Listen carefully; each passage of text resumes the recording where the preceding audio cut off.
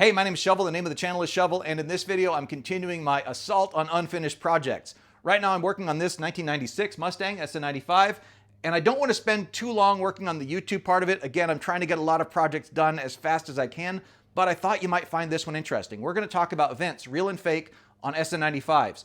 Let's go ahead and start with the front ones. Those are a little bit less interesting, but still might as well get it down on paper or on video or whatever for posterity. So let's talk about those first. The hood on SN95s have these little nostrils on them, and a lot of people think they are completely fake, but they do in fact have a hole right up underneath them.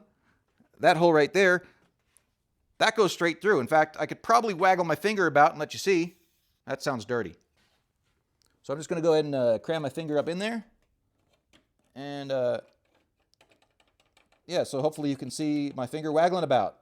Now it is completely debatable how much actual function you're going to get out of a couple of 1-inch diameter holes. And they may just be there, like, let's say accidentally, but the interesting part is on the 94, there's actually a little plug there. See here on this 94, they've got this little rubber one-way valve, so it's got kind of a little flap disc, and that flap disc can get pushed up by air pressure and then closes itself whenever there's not air pressure there. Which, if those holes were just like manufacturing access or something and had nothing to do with airflow, they wouldn't have built that little rubber flapper thing. You know, like, that kind of lends some credibility to those being a deliberate vent. Again, I don't know how much benefit you can get from a couple 1-inch diameter holes. It's not a lot of air volume that can escape there, but they're functional, and it seems like they actually put a little bit of effort into making them do something. So let's talk about the vents in back now, because I think those are a bit more interesting. On 94 and 95 models, these vents are functional. I'll go ahead and shine a lighter on the back of it. As you can see around back, there's this vent, and it just vents straight onto the tire. And of course, it's been debated forever exactly how useful it is to have air just blow straight onto the tire there. But I'd like to share a couple of things in favor of the functionality there. One of them is like this guy here who does this huge burnout, and he fills the entire wheel well full of red smoke because he's got like some red crap on his tire or whatever.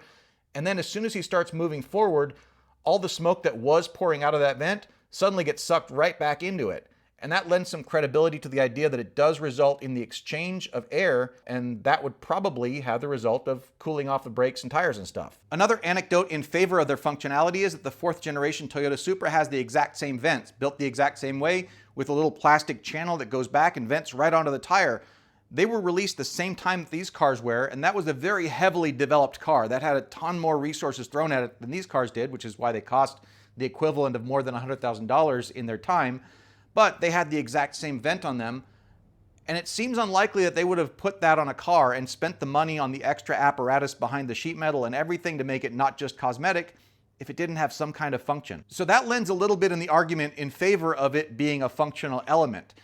In favor of it not being a functional element, of course, is that after the 4th generation Supra and after the 95 model year on Mustangs, it was nowhere to be seen again. So there's some credibility to it not having function. On that topic, it's not my area of expertise, so I can only speculate. However, in my personal opinion, a possibly functionalist vent that still is functional is better than a completely fake vent, for whatever that's worth. So as long as I've got the inside of this car apart for other work, I'm also making the vents functional on my 96. And that's another part that I think is interesting to talk about.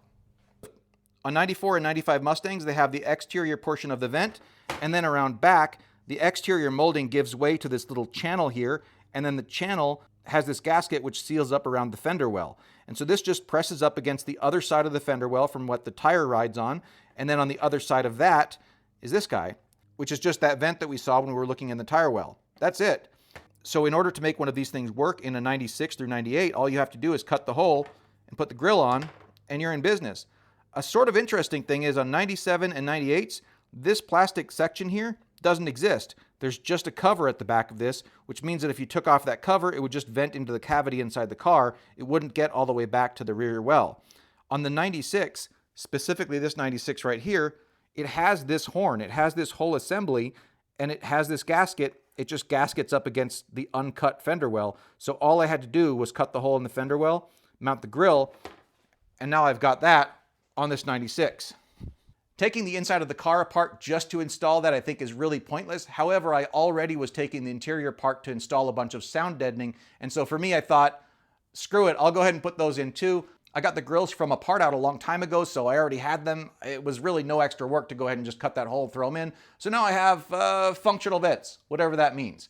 Let me know in the comments below if you think they're functional or non-functional, or if you think this is the dumbest thing you ever heard of. Talk is always fun. Anyway, thanks for watching.